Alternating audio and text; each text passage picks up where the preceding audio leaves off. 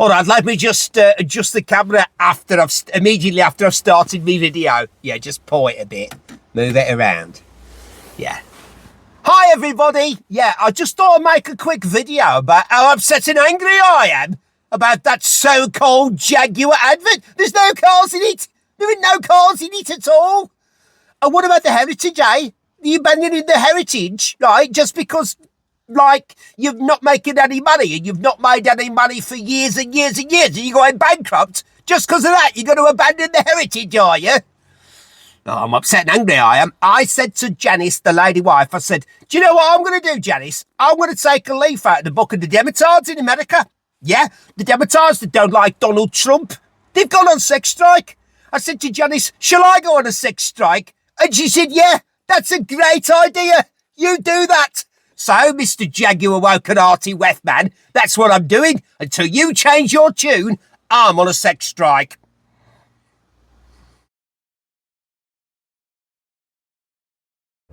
When one thinks of an executive car, one thinks of something which was perhaps made by the Germans. A BMW, a Mercedes-Benz, or perhaps an Audi. Or why not a Ford Granada? A Ford Granada Scorpio, made in Germany. Made in Germany, this car. So it's technically is it? Right, okay. Here we go. Here we go. Right, now, the BBC. Yeah. Defund the BBC. Yeah. Wait till there is no BBC. Stop calling Vauxhall a British car maker, or Stellantis a British car maker. Stellantis are not a British car maker. And Vauxhall were bought by General Motors in 1925. 1925. Nissan have been making cars on Sunderland for 30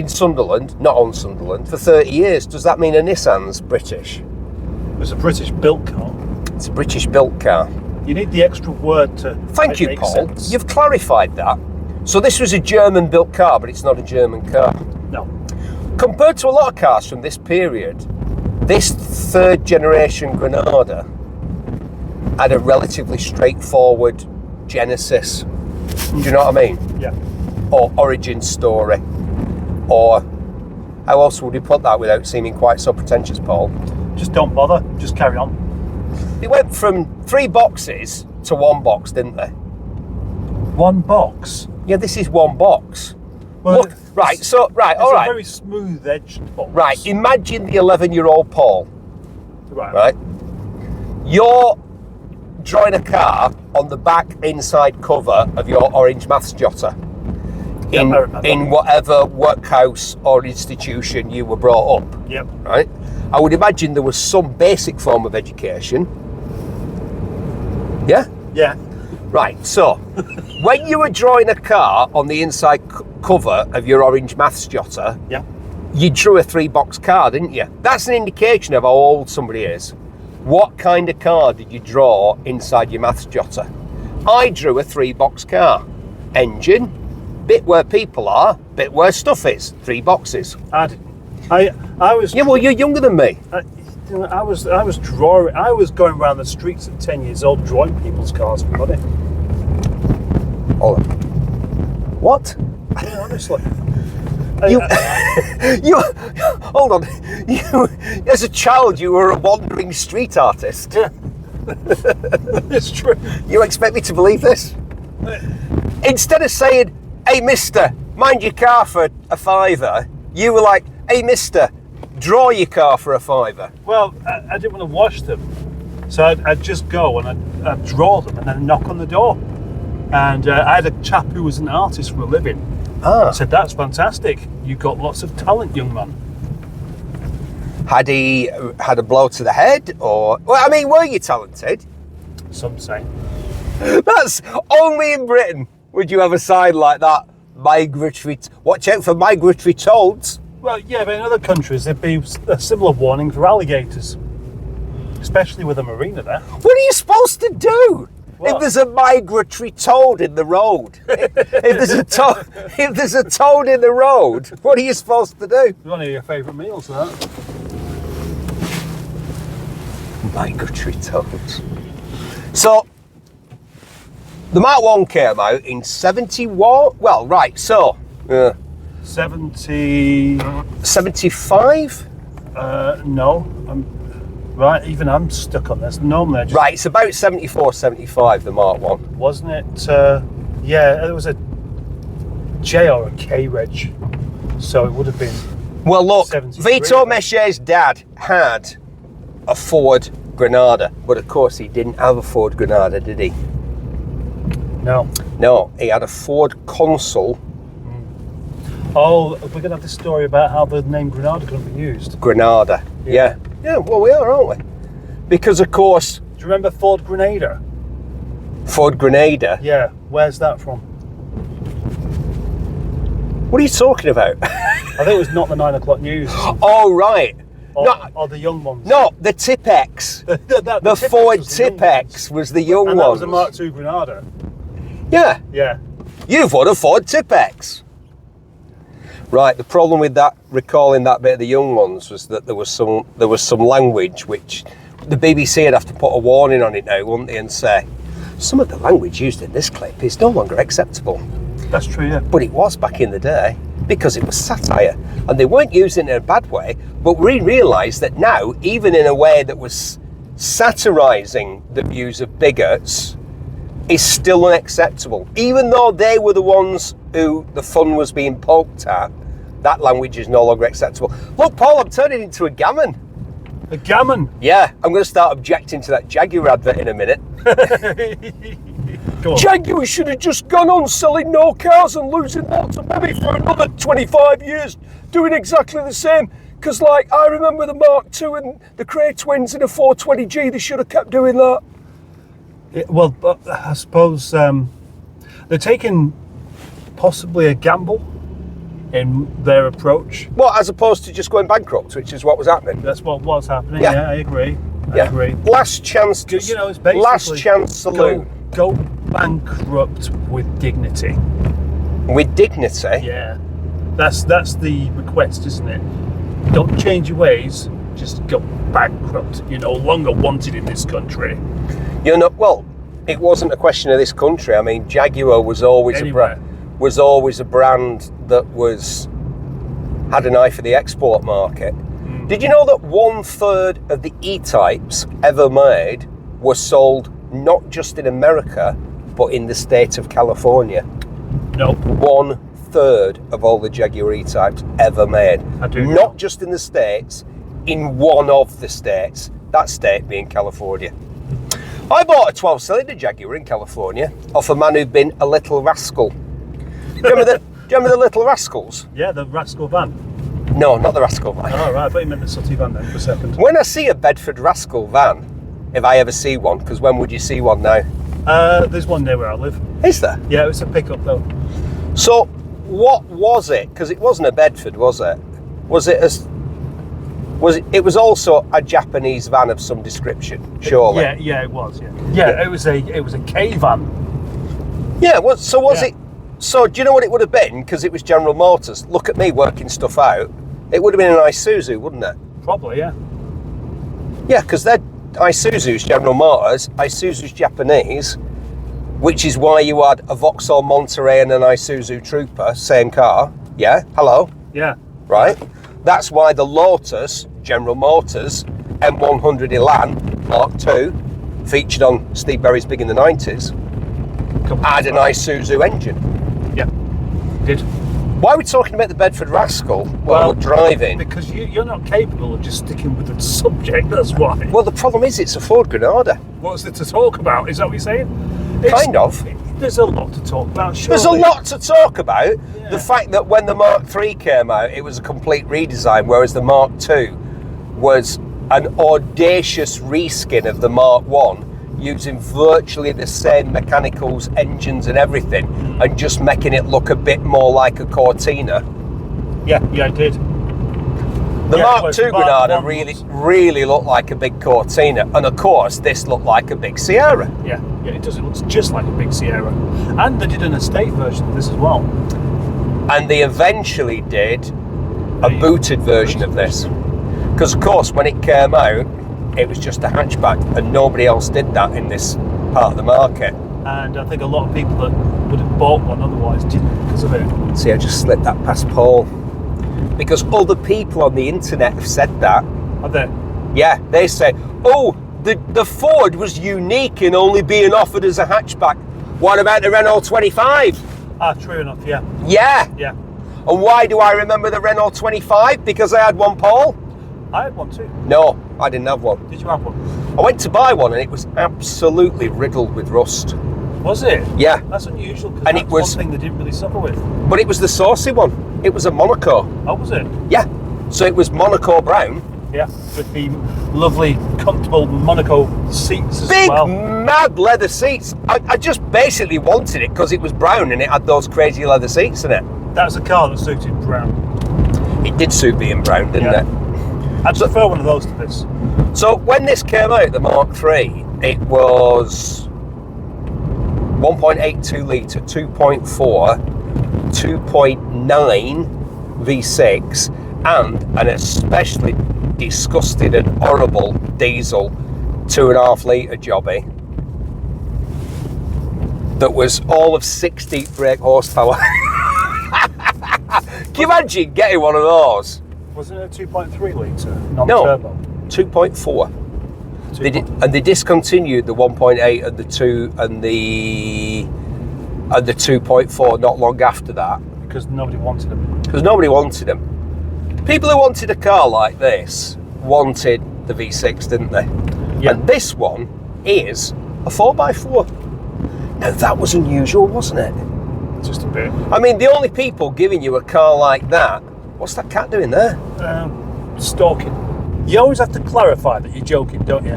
Well, the problem is people don't take it seriously. I know. I put something up on social media the other day when Greg Wallace got busted for being like... But Greg Wallace basically got busted for being a bloke from the 90s and making people uncomfortable. I can think of all sorts of furniture from that era that should be, like, cancelled in that case for making people feel uncomfortable. Yeah. Because he told a joke about having a threesome and you think, this is like standard 90s behaviour, which is no longer acceptable. So I feel that every single thing that I say in jest, because I know that this stuff isn't acceptable. I'm not surprised he got the push from the BBC, because it's the BBC. But I put something up on social media saying, hey, they've decided to bring Top Gear back and the team are going to be Greg Wallace, Jay Blades and Gary Lineker. Oh, by the way, they're going to get, as the Stig, they're going to get Hannah Ingram Moore because she likes to hide her face in public and she likes to drive around in expensive cars paid for with other people's money. Right, which I said with comedic intent. At least 4 or 5 people underneath commenting were saying, really? Or, oh, you're joking? I was like, Yeah. I don't think, good as she is at heading up a charity for a modest £100,000 a year or whatever it was, and all the stuff that she was doing, Captain Tom's daughter, I don't think, is capable of ear-rolling a Pagani round Dunsford. I don't think that'd be a strong suit. I can think of people that'd be better at that job than her. Now you've cleared that up, I'm going to go ahead and like that post.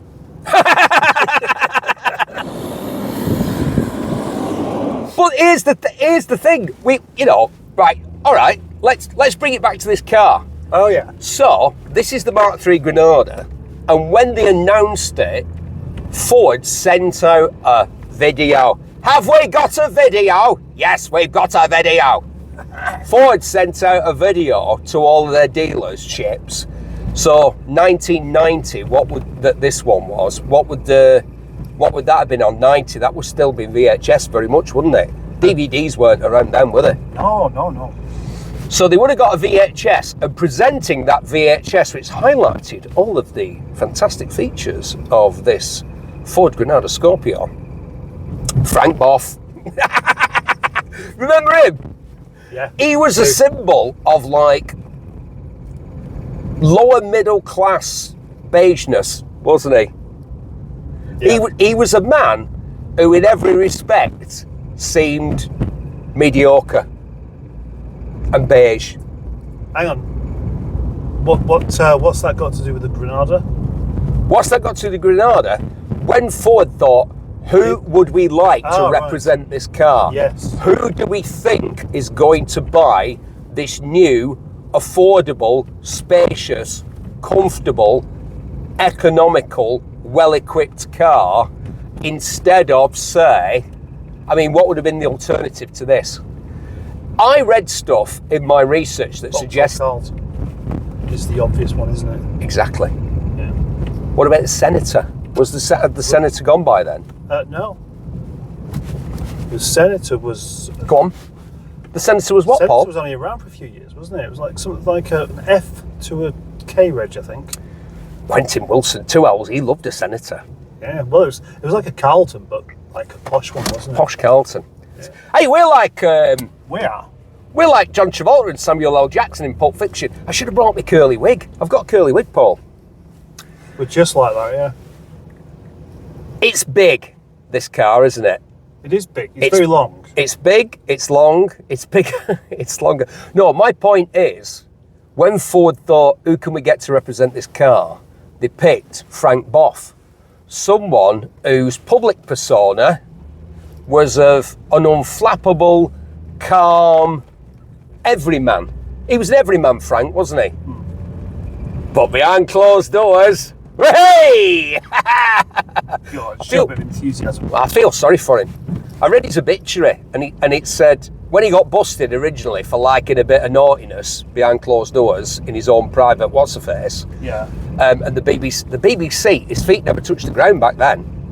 No. If you little bit of a scandal, some people might say, what's changed? I ask you this question. I'm saying, who would have had a car like this? Frank Boff. Who do you think would have had in 1990 a Ford Granada Mark III Scorpio? This one being four-wheel drive? Ian Botham. Ian, Lord Botham to you. Yeah, beefy. Beefy Botham? Yeah, beefy. Do you know what? I can properly see that man with his moustache driving this and having a jolly nice time. You know, he could have afforded something a lot nicer. Mate, what are you talking about? Well, I'm just filling in the details, aren't No, he wouldn't have had to buy it. Back in the day, I had 2 or 3 very well-known people ask me for advice about a vehicle. Yeah. Included an Olympic athlete. And he said to me, I'm thinking of my price range. And I said, mate, you don't need to buy a car. This is like a gold medal winning Olympian. I said, they'll be falling over themselves to give you a free one to smoke about it. And he said, really? I went, yeah. You know, like football players used to have like Curly hair. curly hair and a larder. They'd sometimes have a larder, wouldn't they? All you'd have to do is turn up to a few things and like eat some finger food and drink some cheap wine and like, you know, say nice things about the car. That was it, really. And you get a free car. I had one for like 10 years. Me, Yeah. micro celebrity that I was, I had a free car for 10, like every year for 10 years. Oh, a different guy every year, yeah. We all did. Everyone did. And then people would think, well, right, so the other person who was presenting the video to the staff of Ford dealers saying, this is what you want to be telling people about the new Ford Granada when you're trying to sell it the Mark III, telling them how quiet it is, telling them how aerodynamic it is.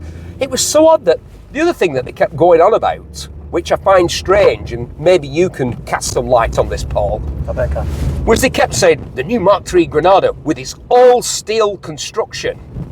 And you're thinking, well, what are other cars made out of? I mean, what are other cars made out of? And what have you, Ford, been making the Mark I and the Mark II Granada out of? Right, I think I can answer that. Please answer it, Paul.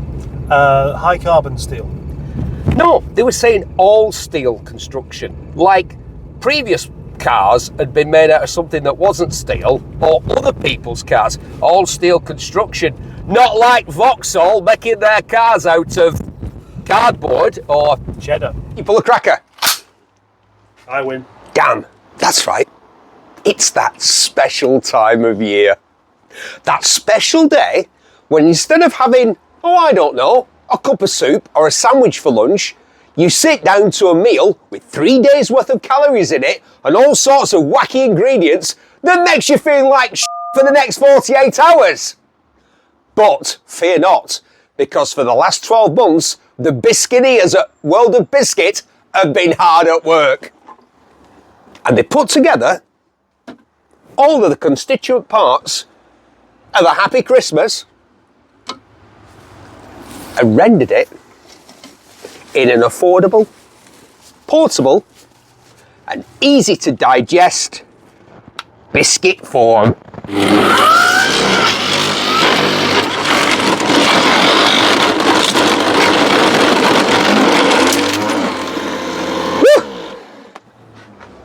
And they call it the Crisket. It's Christmas in a biscuit. The Chiskit. Only from World of Biscuit. Now back to the car.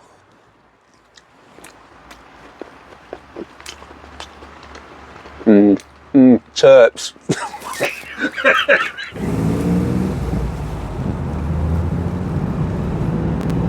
Mr. Geoffrey Carlson had like Fords coming out of his ears. I think, oh, well, better be careful what I say, really. Yeah. He loved the blue oval, didn't he, Jezza? He loved it. He hated Vauxhall. I wonder why. I see. Yes. Because the Vectra was so terrible. No, it wasn't. It's all right. So here's a car that is the worst kind of car for car journalists. Because when I started meeting other car journalists in the early 90s, I realised that most of them were cut from the same cloth. And that they liked rear-wheel drive. They all wanted to be Mr. Geoffrey Carlson. And they all wanted cars where you're going like that, and they wanted to get the back end out, and they wanted to... So if they got in something like this, and they're called Matt and they're 23, you know. Yeah, and with the white soled shoes. With the white soled shoes. Yeah. Now, I couldn't watch Magpie because my mother thought ITV was common. We had to watch Blue Peter, and quite frankly, I was more than happy with Blue Peter because I thought John Noakes was bloody great, and also I thought Leslie Judd was fit as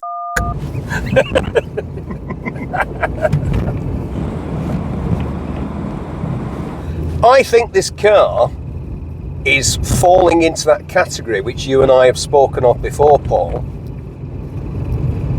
The Wookiee's looking very smart today. It's because I knew I was going to be getting out of the car. Oh, right, okay. I wanted to look like a minicab driver from the 90s. Minicab drivers of the 90s look like they might be wanted for a series of vicious killings. Yeah, I know. That's, I think I've got that look today. What, in a tweed jacket? Yeah.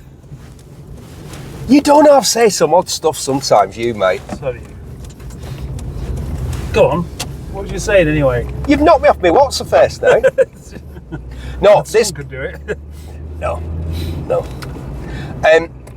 This car falls into that category of not a classic, controversial view, but a usable car with an almost unique specification. Because where would you get this? Where would you get, Paul, Wookie Man, Yeah. a car this size with this level of cruising long distance comfort? Because this is a quiet and comfortable car, isn't it? It had a much lower drag factor than the Mark 1 and Mark 2 Granada on account of its suppository-like shape. It also had bonded front and rear windscreens, which reduced noise and added to the structural rigidity of the car, which made it nicer to drive, more responsive. So it's a comfortable car. Even now it's a comfortable car, isn't it? As we're driving along, this is a comfortable car. You won't mind doing long distances in this, would you? It's got very soft seats as well. What if you got to... And look at the ball bag there on the seat. You've got a ball bag down there that you can have a bit of a... and you can get lumbar support. Oh yeah, baby. So, and then when you got to where you're going, like say you've got a few miles of sort of rough road to get to your holiday home or whatever it was, or your Airbnb or wherever it is that you're spending some quality time away from your respectable pad in the suburbs like we are now. 4-wheel drive. Yeah. So when you get off a paved surface, This car has got four-wheel drive. It doesn't drive like a car. I must admit, there is a bit of a tug on the steering, just to remind you that it's a four-wheel drive. And there's no way of selecting just drive at the rear from inside the cabin, so I'm assuming that it's permanent four-wheel drive. Well, I'm not assuming. I read it last night when I was doing the research. The poor guy spends like 30 odd years on the telly doing all sorts of stuff, and what we remember is whoosh.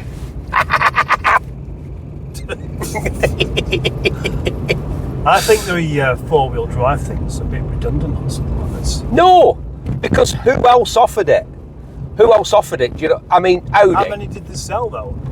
This car was popular. It sold the well. Four-wheel drive version wasn't. Well, not many, I should imagine. I'd imagine that all it does is just eat away a lot of the power.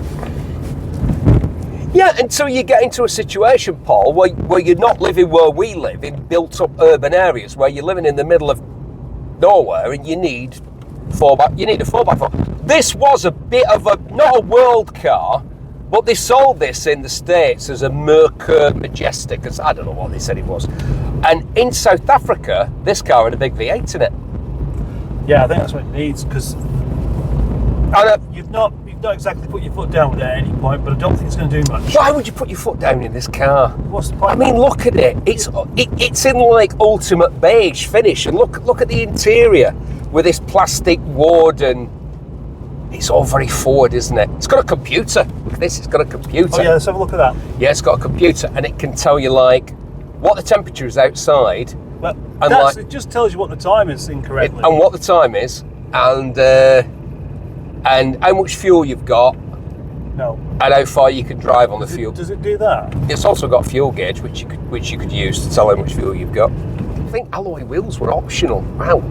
If they put the aircon in this as well, then the Scorpio wouldn't have had anything else. Do you like a lollopy soft thing? A lollopy soft thing, or do you prefer things to be a bit firmer, a bit more taut? I really like something called lollopy. Do you? Mm. Yeah, I do. I've had American cars. I've had Chevys and a Pontiac and I've had a Cadillac, but that's silly. I mean, when it gets to like when it gets to be like, what, a silly level of lollopy? Yeah, a dangerous level of lollopy. Right. I mean, look back at old cool movies from the 70s, and all that tyre screeching and sliding around starts to happen far, far too soon in the scheme of things. Yeah, but it's for real. It's for real. Yeah, they're not putting it on. Those things genuinely did slide around. I had a Trans Am, and it just go around a normal corner, and the back end would be out. You know, like Smokey and the Bandit. Yeah, all right. Don't make such a point out of my misword. You misworded, Paul. Yeah. You better be careful. You'll be joining Greggs Wallace and Jay Blades on the cancelled list if you like misspeak. Don't misspeak, Paul. You get you into all kinds of trouble. Those American cars were so lollopy you could hit a pothole and end up on the other side of the road. No, I love the motorway. Do you know what? I prefer 90s cars to new cars. Yeah, no. Well, we both do. That's why we're doing this. They didn't have touch screens then. I hate touch screens. Yeah. The girly touch screens, aren't they? There's a controversial view. People are going, what do you mean the girly? Yeah, they are. Why the girly? They just are. What's wrong with a button? Look at that. That kind of girly? You mean for people who haven't got the strength in their wrist to turn and toggle? I don't know why we need to get a screen to come on and then we need to flick through a menu and all that sort of stuff. You can just go that. You can just do that. How hard is that to do? It's just simply to appease those that need something new, isn't it? Plus, here's the thing. If you've got buttons, everything's separate. If that stops working, it doesn't affect that, or that, or that, or that, or this, or that, or it doesn't stop that from going beep. No. If it's all on a touch screen and the touch screen stops working, everything stops working. That's what's coming next, isn't it? Point made, I feel. Yes. Yeah. Your horn operated from the touch screen, and you have to go through a menu to get to it. And then by the time you've got to it, you've stopped being annoyed. I don't know if I've ever driven a car in which I felt less inclined to put my foot down, ever. That's quite comforting, actually. Do you know what I used to see happening to these? I've seen happen to one of these, a brand new one. Mm-hmm. I've been there when somebody's literally cut one of these in half down the middle with a massive saw when it was brand new. Why? I'll tell you why. Because I was at Coleman Milne in Bolton, Lancashire, and they were turning it into a limousine for funerals. And the first thing that they did was cut it in half. And it was funny, the guy who ran the place had a really good sense of humour. And he went, when they did it, and they literally, two blokes cut it in half with a saw. And then the bloke went, he came in, the boss, to see what we were doing, and he went to these lads, "What have you done?" and just for a second, they were like, "Oh," and then they realised he was joking. And he said, "It's a good job we know what we're doing, isn't it?" And I thought, well, yeah, because you've just cut a brand new car in half. And I said to him, "Could they not just send you like the bits?" And he said, "No, we don't buy enough cars from them to get that sort of service. So we just have to buy cars." And I thought, wow, that must take some cojones, mustn't it? To buy a brand new expensive car like they do, and the first thing that you do is cut it in half. Well, it's the same thing you do with a sausage.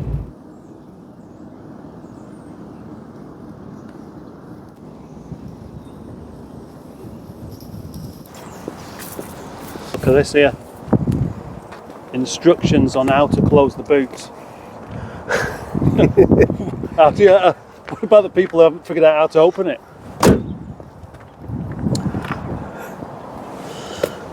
What colour is this car? Paul, what colour do you reckon it is? There's a greeny tinge to green. it. I'd call it green. Rather like you, it's got a greenish, sickly greenish tinge. I'm going to say it's Prosecco green. Yeah? Yeah? Yeah. I don't like these wheels. I think those wheels would look good on a Fiesta. And it's quite interesting that this era of Ford at the start of the 90s is when Ford are very much trying to make their cars have a family identity, a Ford look. So, what does it look like? It looks like a big Sierra, doesn't it, Paul? Only from the front. Only from the front. We'll go around the front and show people that it's a big Sierra. It does look like a Sierra from here. As you go towards the back, it looks almost French. Almost French? Yeah. Okay. Coming to the back, locking. They made a big deal of this when they were selling it. And on the exclusive gear version, a locking petrol flap. Do you know why? Do you know why? I can tell you why. Go on. Because that's how people used to nick Fords. And the reason I know that is that's because that's the way that some bastard stole my 3-litre S Capri in Star Mist Silver with a black Recaro interior and the optional BBS wheels. I don't know if the BBS wheels were optional or aftermarket. I think they might have just been aftermarket because BBS were BMW affiliated, weren't they? Anyway, you think it looks French around the back? No, just the side, just the profile. If it's a gear, what's with all this nasty black plastic finish on the bumpers and there on the lid? It's not great, is it? Because you could get a GL, Granada GL Mark III, Granada Gear Mark III, and of course this is such a rare car to find in this condition. A Ford Granada Gear 4x4. Wow. How many are left? Let's go on how many are left, put it up on social media, and then 4,700 people will go, ha ha, oh, what a load of blah blah. I watched a review of this, and one of my former colleagues from BBC Television's Top Gear programme, I'm not saying which one, the highlight of his review of this car was when he said, "And I don't know about you, but I'm rather concerned about the possibility of an interface between this bonnet catch and some sensitive foreheads." That was journalism, that was. rear wash wipe on the gear, rear wash wipe. And get this, when you put it in reverse, if you were using the windscreen wipers and you put it in reverse, the rear one came on automatically. See, we do research, don't we? Yeah. Or at least I do. I don't need to. You've got other responsibilities. The condition is absolutely mind-blowing. And if you're going to go over there instead of... Do you want me to go round? Because what I was going to do, you can't... Yeah, very funny, Wookey. Come back here, right? What it was... The car's locked. Give me the keys. Now, you can't review a Ford Granada without sitting in the back and pointing out that there is, as I think you'll find, a load of leg room. Please beat that bit out, Paul. But come on, mate, look at that. I mean, unlike the Wookey, I tell you what, let's swap over for a second. Wookey, you get in. The Wookey will now demonstrate how much leg room there is in the back of a Ford Granada. Look at that. Are you loving life? Oh, I'm loving it. I could very, very comfortably sit here whilst you drive. Do you realise that if you were in the Scorpio version of this Mark III Ford Granada, you would also have powered reclining seats in the back, in the back. Yeah.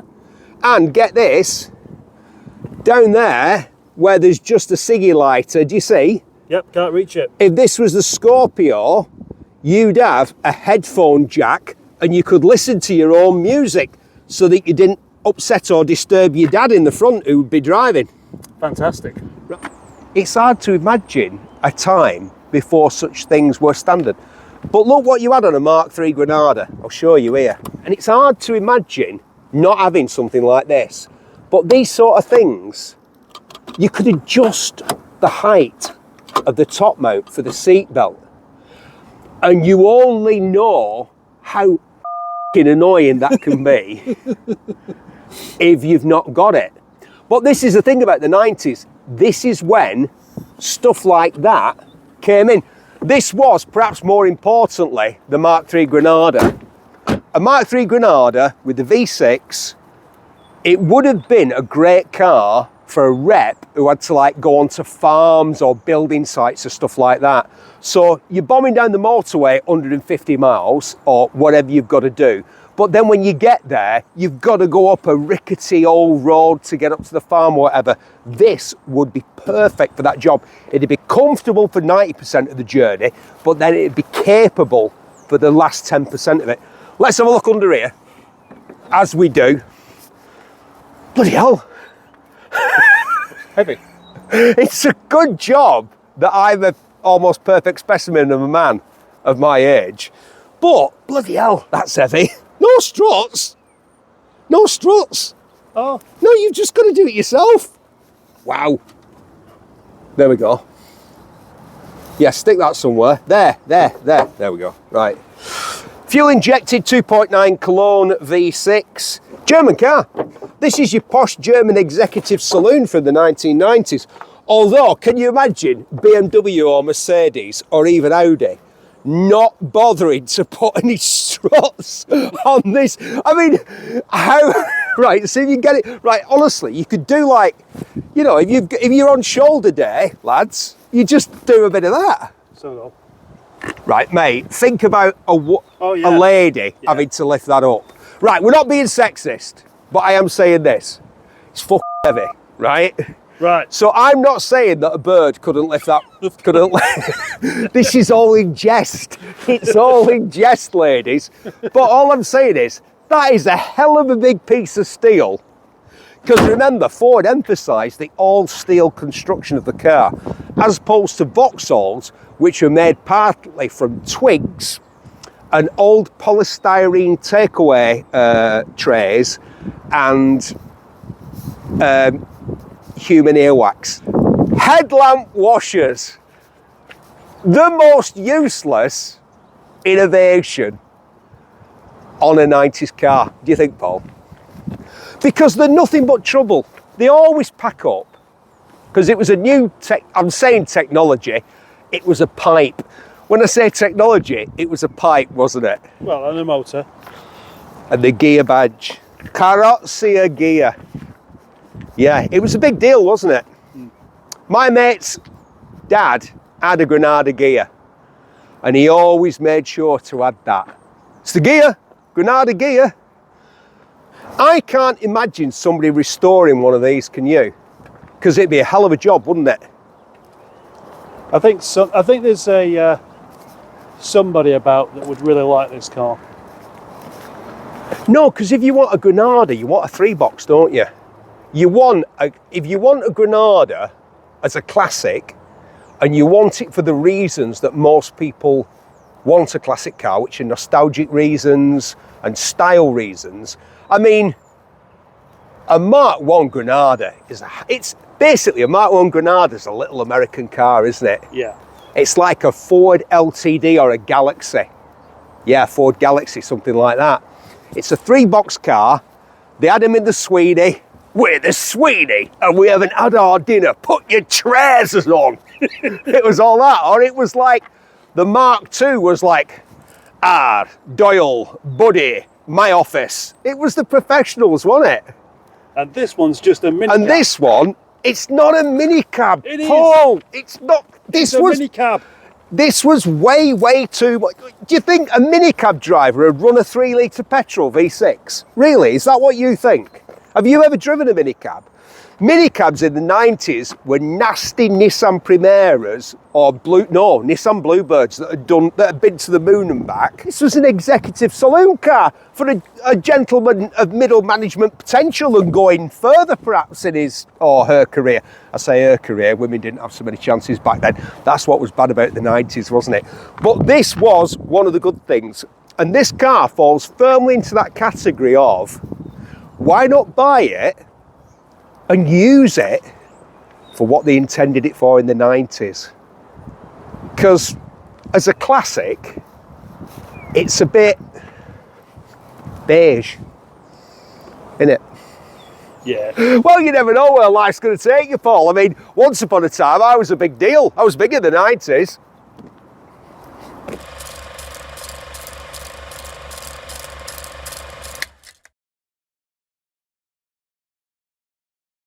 Yeah, but it's in the middle of nowhere. Should we save it? I think it's true, to be honest. We could have, do you remember when they had the Top Gear dog on Top Gear? Yeah, there we are. That didn't work, did it? What happened to it? Jason Daw lasted longer than the Top Gear dog. What happened to it? I'll bet it died. Yeah, because it just suddenly they didn't talk about it any longer. Yeah, it just suddenly wasn't there. It was like, oh, here's the Top Gear dog. Hey, look everyone, a Top Gear dog, because we had a focus group and they said we should have a dog. Yeah. But none of them liked dogs. Well, I don't really like cats, so we could have like a big in the 90s cat. Oh, I'd like that. There's a lot of random stopping in the world today, isn't there? Yeah, there is. It's because cars are so unreliable. You've constantly got the hazard lights on.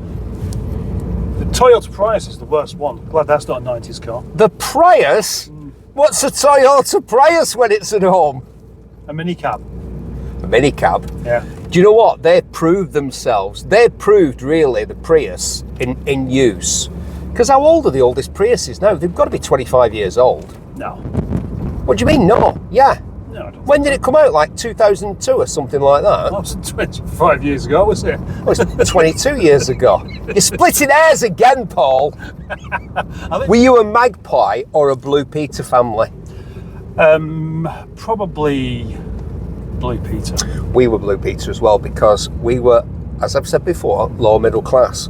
And my mother thought that watching ITV in general was a bit common. Yeah. We did watch Coronation Street, but we also had to watch World in Action. For every Coronation Street that we watched, we had to watch a World in Action. Good system. Well, yeah, because our